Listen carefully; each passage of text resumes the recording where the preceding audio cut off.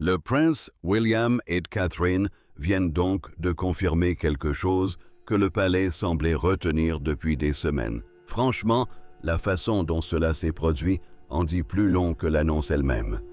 Le cancer du roi Charles est incurable. C'est ce que disent les sources royales, et ces mots ne sont pas seulement effrayants, ils sont définitifs.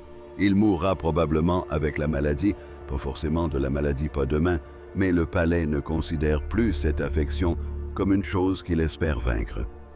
Et le plus étrange, c'est que le palais n'a pas tremblé sous les cris, mais sous le silence.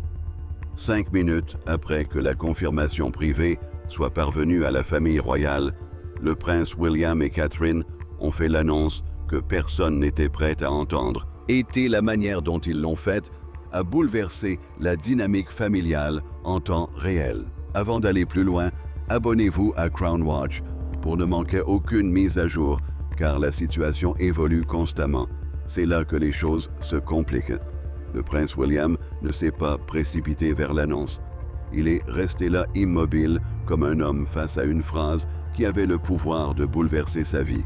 Catherine resta à ses côtés assez près pour sentir le changement dans sa respiration, assez silencieuse pour le laisser encaisser seul le premier choc.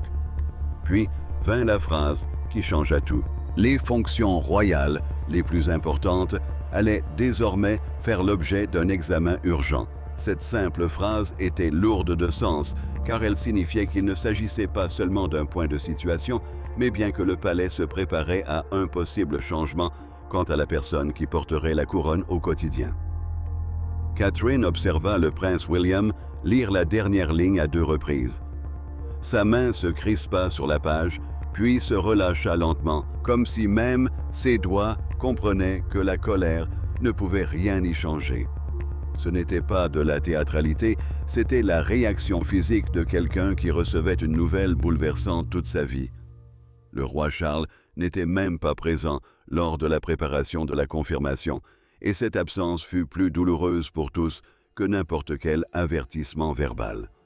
Le roi avait toujours été au cœur de ses décisions, celui qui donnait son accord, celui dont la présence ancrait chaque décision importante du palais.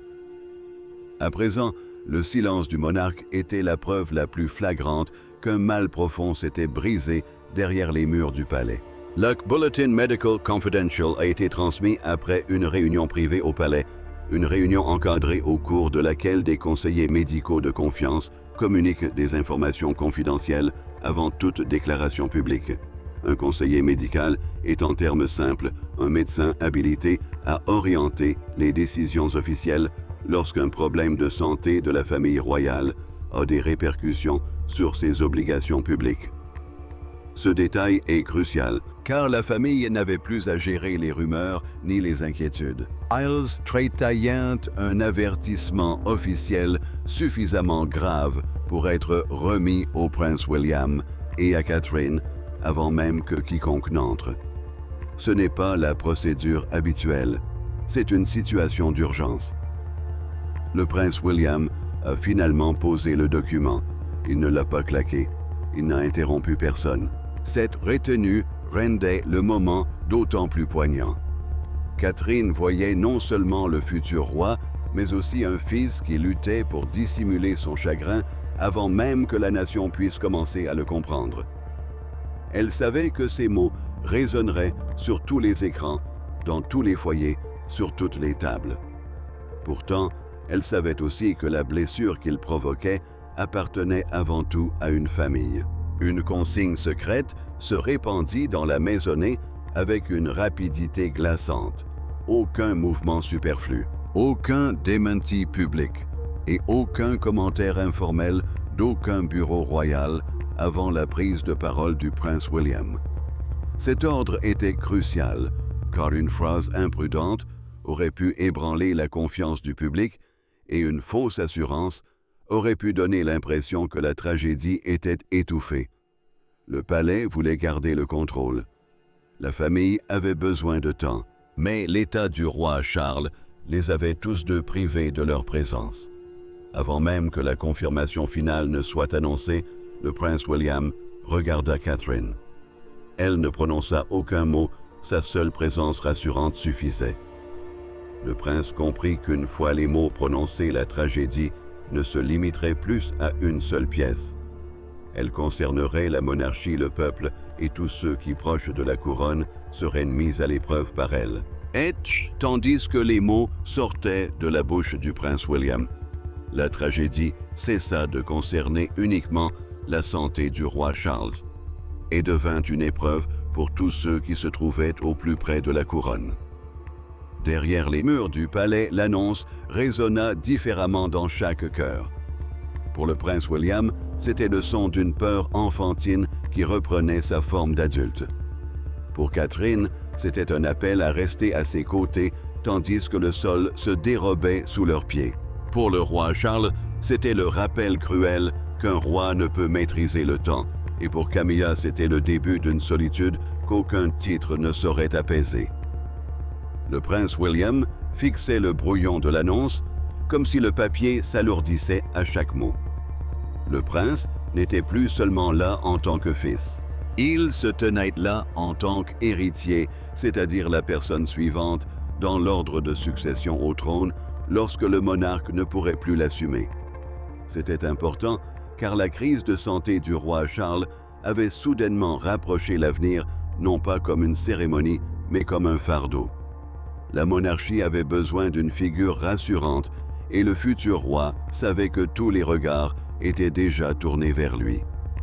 Catherine posa une main sur celle du prince William, non pour l'arrêter, mais pour l'empêcher de sombrer dans la peur.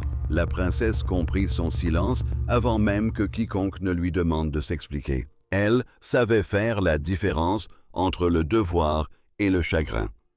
Elle savait reconnaître quand le prince choisissait ses mots pour le public tout en dissimulant une douleur réservée à sa famille. Son calme était essentiel car s'il s'effondrait, toute l'assemblée le ressentirait. Le roi Charles avait formulé une demande avant que l'annonce ne soit faite. Il souhaitait que le prince William et Catherine confirment la nouvelle et non un secrétaire médical, un conseiller du palais ou une voix officielle impersonnelle. Un conseiller du palais est en termes simples un membre du personnel de confiance qui contribue à la gestion des obligations royales et des instructions privées. Ce choix était crucial car le monarque souhaitait que l'avenir de la couronne soit uni. Il désirait la force, mais aussi la tendresse. Camilla apprit la nouvelle séparément et la reine consort ne se tourna vers personne. Elle resta assise, raide, comme un piquet, tandis que la porte se refermait. Le visage pâle, les mains immobiles, son titre soudainement dénué de sens face à la solitude qui l'envahissait. Camilla avait déjà épaulé le roi Charles dans les tempêtes, mais cette fois, c'était différent. Il ne s'agissait pas de ragots, il ne s'agissait pas de tension familiale. C'était le corps du roi qui imposait au palais des décisions que nul n'était prêt à prendre. Un conseiller de haut rang retira discrètement le dossier relatif aux engagements publics du bureau du roi Charles. Les engagements publics sont des visites et des apparitions officielles où les membres de la famille royale représentent la couronne devant le peuple. Ce petit geste avait son importance, car il exprimait ce que personne n'osait dire ouvertement. Certaines apparitions pourraient ne jamais avoir lieu comme prévu. Le prince William remarqua l'espace vide sur le bureau. Catherine vit son visage se transformer. Camilla entendit le silence qui suivit la fermeture de la porte et comprit que l'équilibre d'antan s'était brisé. L'annonce avait déjà ébranlé le palais, mais la blessure la plus profonde demeurait encore cachée. Le prince William le savait. Catherine le sentait. Le roi Charles s'y était préparé et Camilla, seule face à la vérité, commença à comprendre que cette confirmation tragique n'était que la partie émergée de l'iceberg. Pour comprendre pourquoi cette confirmation a eu un impact aussi dévastateur, il faut revenir au moment qui a tout changé. Chaque crise royale comporte un moment qu'il devient impossible d'ignorer par la suite. Cette histoire n'a pas commencé par un effondrement public ni par un gros titre, mais par un dîner à Windsor qu'aucune caméra n'a immortalisé. lors de ce qui devait être une soirée familiale paisible. Le roi Charles prit son verre, interrompit sa conversation et regarda le prince William d'un air qui plongea la pièce dans un silence absolu. Ce fut l'élément déclencheur que personne n'oublia. Le roi Charles était entré dans la salle à dîner déterminé à garder le contrôle. Il souhaitait une soirée tranquille, une discussion sereine, une occasion d'évoquer les futures obligations royales sans que la panique ne s'empare de la maisonnée. Ces Futures Obligations Royales désignaient simplement le travail public, les visites d'État, les cérémonies et les apparitions officielles qui maintiennent la monarchie visible et active. C'était important car ces obligations n'étaient pas de simples dates inscrites au calendrier. Elles prouvaient que le monarque était encore suffisamment fort pour gouverner. Le prince William perçut ce changement avant même que quiconque ne le formule. Le prince avait écouté le roi Charles discuter de questions d'agenda, mais la voix du monarque s'est affaiblie. Catherine jeta un coup d'œil par-dessus la table et vit ses doigts appuyés contre le bord comme s'il se retenait par la seule fierté. La princesse ne l'interrompit pas. Elle ne donna pas d'alerte à l'assemblée, mais elle comprit à cet instant que ce n'était pas une simple fatigue. C'était le corps qui avertissait la couronne. Le roi Charles tenta de poursuivre. Il parvint à articuler une autre phrase, puis s'arrêta de nouveau, et cette seconde pause était chargée d'une peur plus intense que n'importe quelle confession.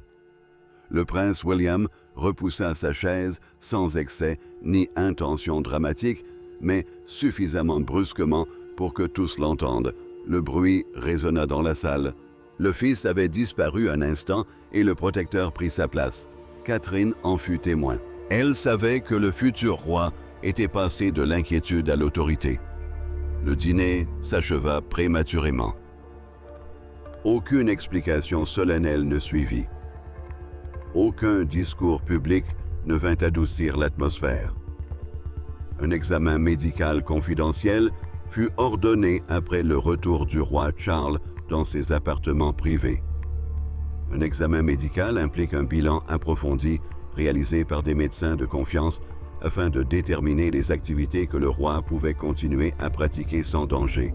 C'était important car cela a permis de faire passer la crise du statut de préoccupation privée à celui de préparation officielle. Le palais ne se demandait plus si quelque chose n'allait pas, mais ce qui pouvait encore être dissimulé. Plus tard, Catherine trouva le prince William seul dans un couloir, le regard fixé sur le roi. Il restait là immobile, accablé par la terrible certitude qu'une faiblesse paternelle pouvait être un tournant décisif pour une nation. La princesse demeura à ses côtés et son silence lui fit comprendre qu'elle avait vu la même chose. Tous deux comprirent que la famille avait franchi un point de non-retour. L'équipe privée du roi Charles a commencé. Un plan de réduction des obligations fut élaboré sans en informer le reste de la maisonnée. Ce plan impliquait de décharger le roi de certaines responsabilités afin de préserver sa santé. C'était crucial car chaque changement de rôle sous-entendait la même vérité. Le monarque n'était pas aussi fort que le public le croyait. Le dîner révéla la peur, mais la confrontation qui suivit mit au jour des fractures que personne ne pouvait plus dissimuler. Le palais avait survécu à des scandales, des démissions, des querelles familiales et des crises nationales, mais rien ne semblait aussi dangereux que cette confrontation privée qui suivit l'annonce de l'état de santé du roi Charles. Pas de caméra, pas de sourire, soigneusement choisi au balcon, pas de déclaration officielle pour les protéger, juste le prince William, Catherine, Camilla et le roi Charles dans une même pièce, la vérité entre eux comme une lame posée sur la table. Camilla exigea une réponse avant que quiconque puisse apaiser les tensions. La reine consort voulait savoir pourquoi elle n'avait pas été autorisée à influencer le choix des mots pour l'annonce. Pourquoi le prince William et Catherine avaient pris la parole en premier et pourquoi l'état de santé du roi Charles avait été révélé au public avec une telle franchise. La confirmation de l'état de santé. La déclaration officielle de la famille concernant la grave détérioration de la santé du roi est importante car elle n'expliquait pas seulement la maladie, elles ont modifié l'équilibre de la confiance au sein du palais. Le roi Charles était assis près d'une petite table, présent mais visiblement accablé par le poids du moment. Il n'intervint pas tout de suite. Il écouta Camilla parler, puis observa le prince William debout près de la porte, comme s'il veillait sur son père et sur l'avenir qui se dessinait derrière lui. Le prince comprenait l'importance de cette pièce. Si la famille se brisait ici, le public finirait par le ressentir. Si la vérité devenait une arme, la monarchie saignerait de l'intérieur. Camilla déclara que ces paroles avaient donné une image de faiblesse au roi Charles. Sa voix était empreinte de peur, mais elle sonnait comme une accusation. Le prince William répondit avec une fureur contenue. Il expliqua à la reine consort que cacher la vérité aurait donné une image cruelle de la famille et que la cruauté aurait nui à la couronne bien plus que l'honnêteté ne l'aurait jamais fait. Catherine vit sa mâchoire se crisper. Elle vit le visage de Camilla se durcir. Elle sut que le chagrin se muait en reproche. Catherine s'avança avant que la dispute n'éclate. La princesse ne haussa pas la voix, mais son émotion transparaissait dans la pièce. Elle leur rappela que le roi Charles était toujours là, toujours à l'écoute, toujours humain sous son titre. C'était important car la monarchie avait déjà trop exigé du roi. Elle ne pouvait pas maintenant lui demander d'assister à une querelle familiale sur la fragilité qu'il était autorisé à afficher. Le roi Charles prit finalement la parole par le biais d'un compte-rendu privé consigné ultérieurement par un haut fonctionnaire de la maison royale. Le roi révéla qu'il avait personnellement approuvé le rôle du prince William et de Catherine dans cette annonce. Il leur faisait confiance pour protéger à la fois la monarchie et le public. La couronne, c'est-à-dire l'institution royale et les devoirs qui en découlent, avaient besoin d'une voix ferme et unie. À cet instant, le monarque a clairement indiqué quelle voix, selon lui, pouvait porter le combat. Le prince William n'avait pas l'air victorieux. Il semblait anéanti. Catherine était restée près de lui, sachant que ce n'était pas une victoire pour eux. C'était une blessure. Camilla entendit la seconde vérité un instant plus tard. Certaines obligations royales avaient déjà été réexaminées et certaines responsabilités pourraient être transférées au prince William plus tôt que prévu. La reine consort resta immobile car c'était la partie que personne n'avait encore dite à voix haute. Le roi Charles baissa les yeux et l'atmosphère changea. Il avait non seulement confirmé sa confiance, mais aussi son changement. Camilla le comprit. Catherine le ressentit. Le prince William le porta et à partir de ce moment, la crise ne concernait plus seulement la santé, le deuil ou la douleur familiale. Cette question a fait basculer la crise de l'émotion au contrôle. Et c'est là que le palais est devenu le plus dangereux. Au sein de la monarchie, le pouvoir s'exerce rarement avec fracas. Il se manifeste par des dossiers, des signatures des agendas et par l'ordre d'entrée. Après la confirmation tragique de son état de santé, un fait est devenu impossible à ignorer. Le prince William n'était plus un simple spectateur de l'histoire, il y prenait part. Et Catherine, calme mais visiblement émue, devint celle qui l'aida à porter ce que le roi Charles ne pouvait plus assumer pleinement. Le prince William était assis, le dossier de devoir ouvert devant lui, mais il n'en tourna pas la page. Le prince savait ce que ce dossier signifiait. Un dossier de service était un ensemble confidentiel d'agendas de visites publiques et de tâches officielles préparées pour les membres actifs de la famille royale. C'était important car il ne s'agissait pas de simples papiers. Chaque page indiquait où le roi risquait de ne plus apparaître et chaque ligne de remplacement le rapprochait dangereusement d'un rôle qu'il redoutait d'hériter. Catherine le vit lotte contre le silence.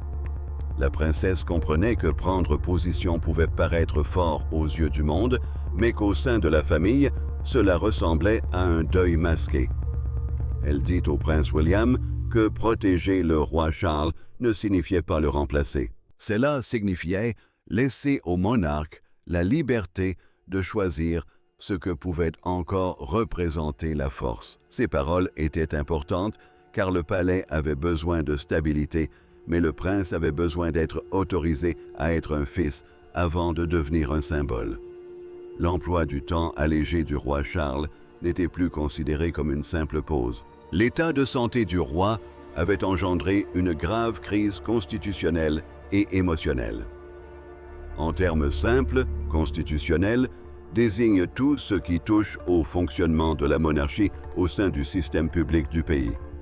C'était crucial car le roi Charles n'était pas seulement un père convalescent, il était le monarque, et chaque obligation annulée soulevait des questions quant à sa succession. Un aide de palais entra discrètement muni d'une liste annotée provenant du bureau du roi Charles. Il révéla, grâce à un document officiel de la Maison royale, que le roi avait déjà inscrit le nom du prince William à plusieurs engagements avant l'annonce publique. Le monarque avait perçu le déclin du prince plus tôt que la plupart de son entourage. Il n'avait pas été négligent, il s'y était préparé. Cette découverte fut un coup dur pour le prince plus que n'importe quel ordre, car elle prouvait que son père pensait à l'avenir tout en dissimulant sa souffrance présente. Le prince William regarda Catherine et lui confia la vérité qu'il gardait enfouie depuis le matin. Il dit qu'il n'avait jamais souhaité que ce moment arrive dans la souffrance. La princesse ne chercha pas à le réconforter avec des espoirs faciles. Elle lui rappela simplement que le roi Charles conservait sa dignité, qu'il avait encore le choix et qu'il avait un fils assez fort pour les protéger. Le futur roi l'entendit, mais le poids qui l'accablait ne s'allégea pas. Il s'enfonça davantage. Camilla s'aperçut du changement lorsqu'une décision qui autrefois lui aurait été soumise en premier lieu transita par le bureau du prince William. La reine consort resta figée en apprenant que certaines instructions étaient désormais vérifiées par le prince avant approbation finale.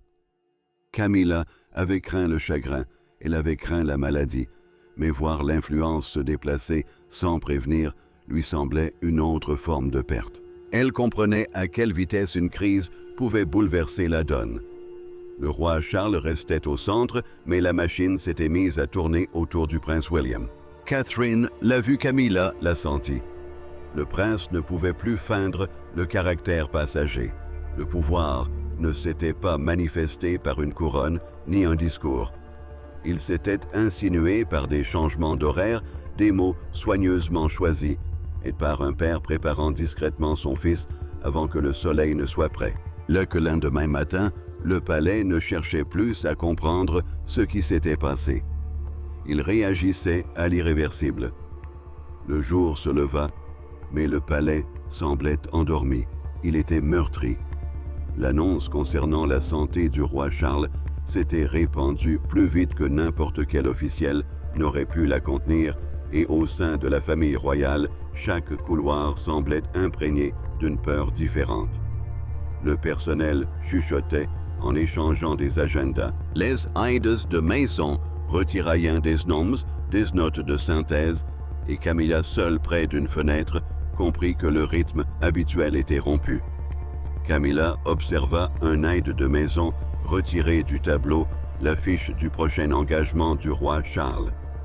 La reine consort ne lui demanda pas de s'arrêter. Elle resta figée, tandis que la carte disparaissait, son visage passant de l'incrédulité au chagrin. Une carte d'engagement est une note de agenda pour une apparition royale officielle, et sa disparition signifiait que le roi ne prendrait peut-être plus ce vol. C'était important car l'absence du roi Charles ne passerait pas inaperçue au palais. Chaque siège vide parlerait pour lui. Le prince William reçut le premier appel avant même que la maisonnée ne soit installée dans son emploi du temps matinal. Il hésita avant de répondre car chaque sonnerie sonnait désormais comme une préparation et non comme un soutien. Un haut dignitaire de la cour, c'est-à-dire un fonctionnaire expérimenté du palais habilité à prendre des décisions royales, expliqua que des modifications d'urgence de l'emploi du temps avaient été mises en place. C'était important, car la famille n'attendait plus de voir ce qui allait se passer. Le palais s'adaptait déjà à la faiblesse du roi. Catherine était assez proche pour entendre les réponses du prince William se faire plus brèves. La princesse savait que ces réponses courtes n'étaient pas de la froideur, c'était une question de contrôle. Elle comprenait qu'on lui demandait de se préparer à un rôle public plus important, non pas par cérémonie, non pas par honneur, mais une réponse urgente à l'état de santé du roi Charles.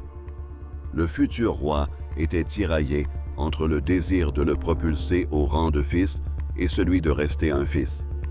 Catherine aperçut la douleur de cette séparation avant tout le monde.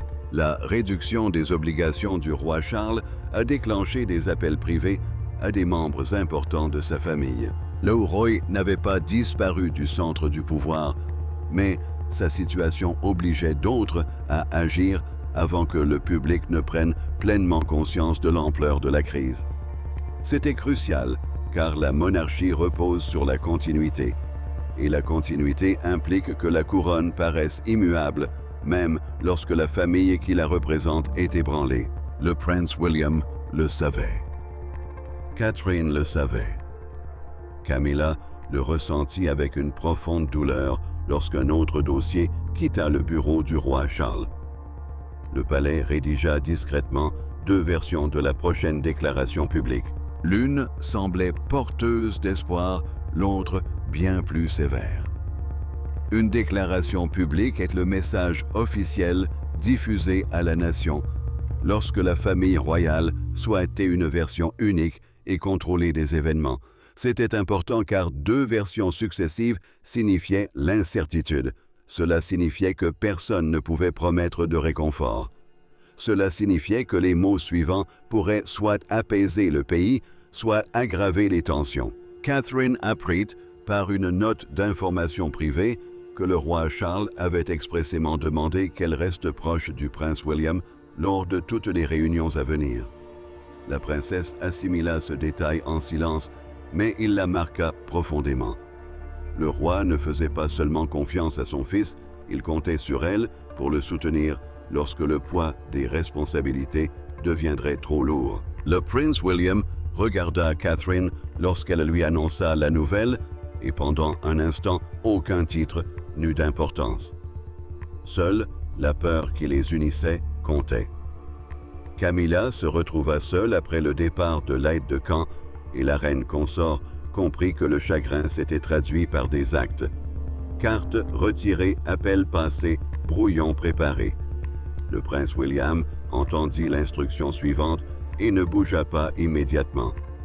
Catherine le regarda se ressaisir.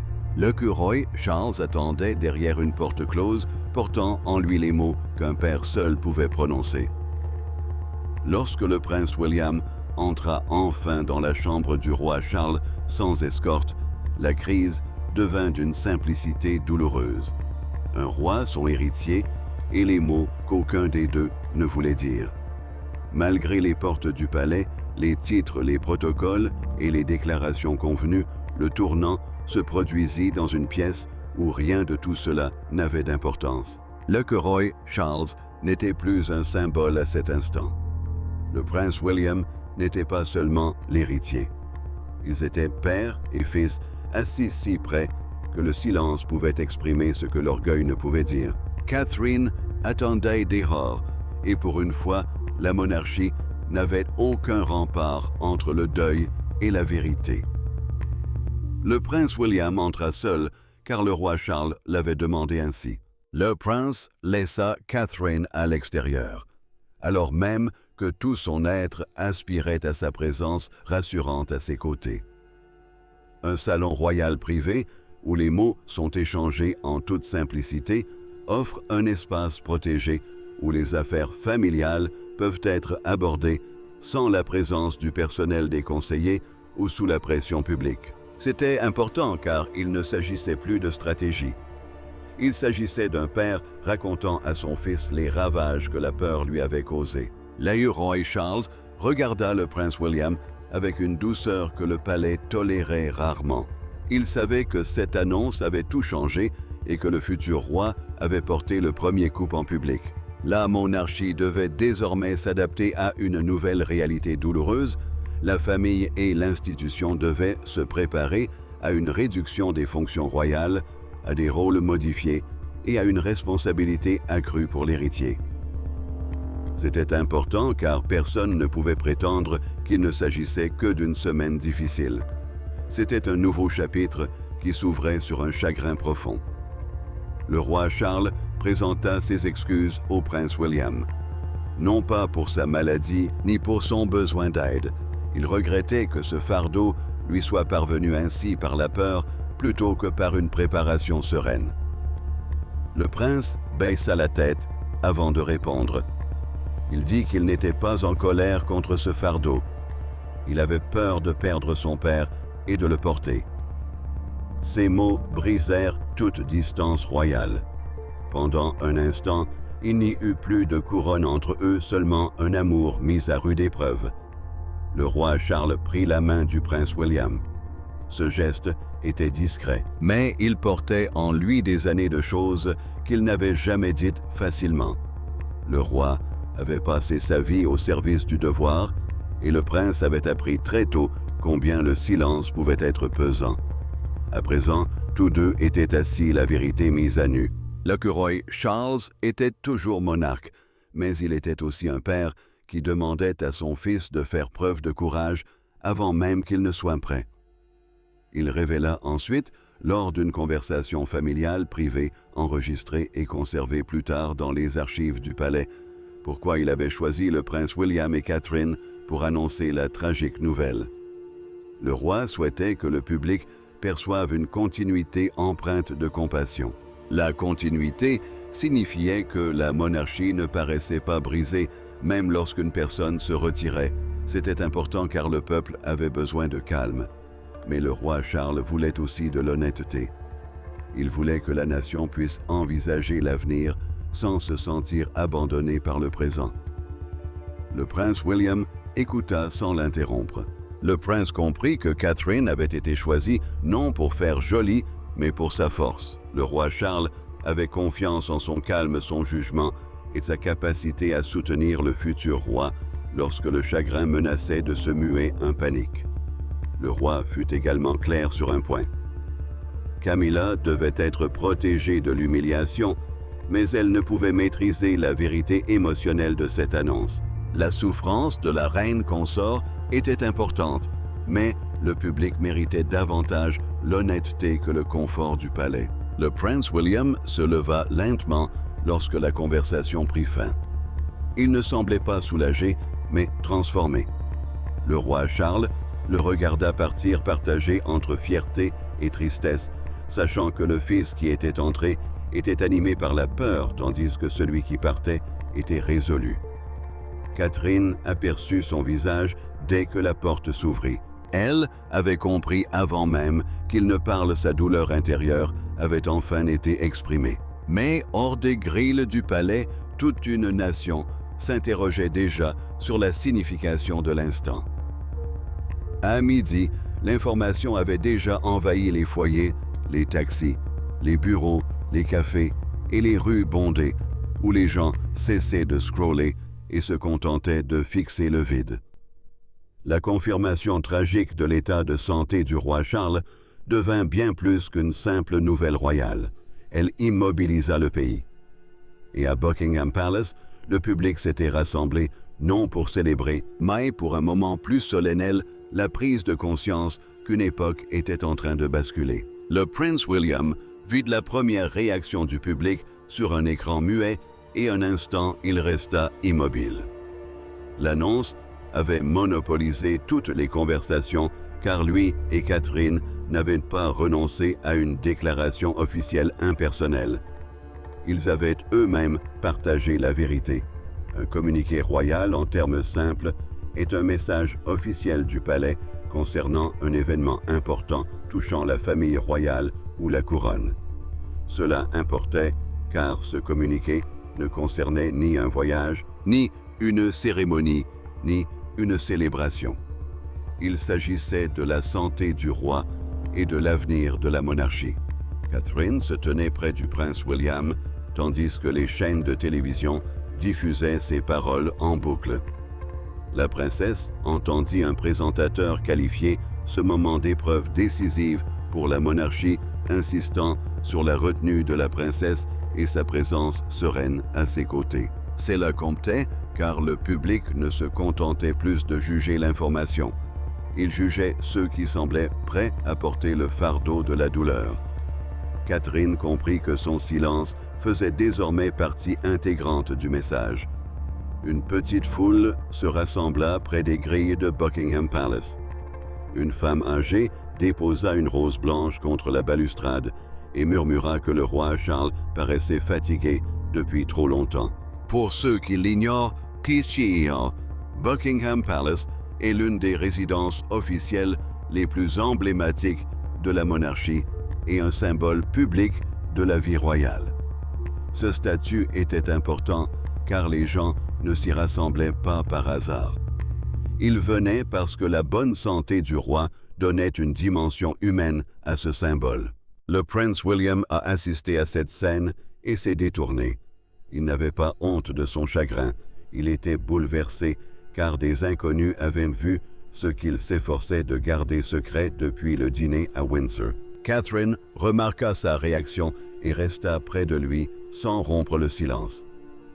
Elle savait que le futur roi pourrait s'adresser à une nation, mais faire face au deuil national pour son père était une toute autre affaire. La une d'un journal annonçait brutalement que le roi se retirait, tandis que le prince William et Catherine accompagnaient la nation dans cette épreuve. Ces mots résonnèrent fortement au palais, officialisant la transition avant même que toutes les décisions n'aient été annoncées. La une est la page principale d'un journal, l'endroit où est publiée l'information la plus importante à la vue de tous. C'était important car le public avait déjà choisi l'image qui allait marquer cette journée. Un journaliste a déclaré que cette image n'était ni une couronne, ni un balcon, ni un carrosse doré, mais Catherine aux côtés du prince William, tandis qu'il confirmait la vérité la plus difficile de sa vie. La princesse a entendu ces mots plus tard lors d'un point presse enregistré, et cela l'a troublée. Elle n'était pas là pour devenir un symbole, mais parce que le prince avait besoin d'elle, parce que le roi Charles lui faisait confiance et parce que le pays avait besoin de calme. Camilla a entendu la réaction du public depuis une autre pièce et la reine consort a compris que la nation était déjà touchée par cette émotion et soutenait le prince William et Catherine. Elle a ressenti la douleur, mais elle en comprenait aussi les raisons. La maladie du roi Charles avait engendré la peur et la peur recherche la stabilité. Le roi avait choisi d'où devait provenir cette stabilité. Le monde avait réagi avec stupeur, mais le verdict final revenait au peuple qui avait vécu le drame au sein même de la couronne. En fin de compte, la confirmation tragique de l'état de santé du roi Charles n'a pas détruit la monarchie. Elle l'a mise à nu, révélant la peur dissimulée derrière la cérémonie, l'amour caché derrière le devoir et le prix d'une couronne forgée dans la douleur plutôt que dans la célébration. Le prince William et Catherine n'ont pas simplement transmis de nouvelles. Ils ont accompagné une famille endeuillée dans cette épreuve et ont redéfini à jamais le rôle du roi. Le roi Charles a accepté ce rôle allégé avec une dignité discrète. Après avoir signé le plan de service révisé, il a posé sa plume et a regardé le prince William avec fierté et non avec défaite. Ce plan de service révisé implique une nouvelle répartition des responsabilités royales, conçue pour préserver la santé du monarque tout en assurant la stabilité de la couronne. C'était important car il ne s'agissait pas d'une capitulation. C'était un père qui choisissait la vérité plutôt que l'orgueil et un roi qui privilégiait l'avenir aux apparences. Le prince William n'a pas esquissé un sourire lorsque le roi Charles l'a regardé. Le prince comprenait la portée de ce regard. La succession en termes simples désigne l'ordre dans lequel on succède au monarque lorsqu'il ne peut plus régner. C'était important car le public avait cessé de la considérer comme une tradition lointaine. Ils y voyaient désormais un fardeau vivant porté par des personnes réelles avec de véritables peurs, de véritables chagrins et un amour véritable derrière chaque titre. Catherine se tenait ensuite aux côtés du prince William sans parler à sa place, sans lui voler la vedette, mais lui insufflant la force de garder son sang-froid lorsque son chagrin menaçait de transparaître. La princesse était devenue bien plus qu'une présence apaisante. Elle était devenue la force tranquille qui avait aidé le futur roi à tenir bon lorsque la douleur privée de la famille était devenue un tournant pour la nation.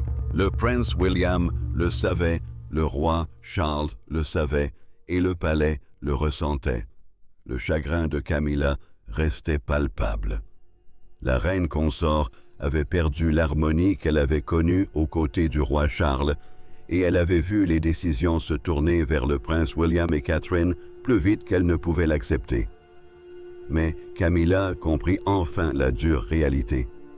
Protéger le roi signifiait accepter l'avenir qu'il leur avait lui-même confié. Sa douleur ne disparut pas.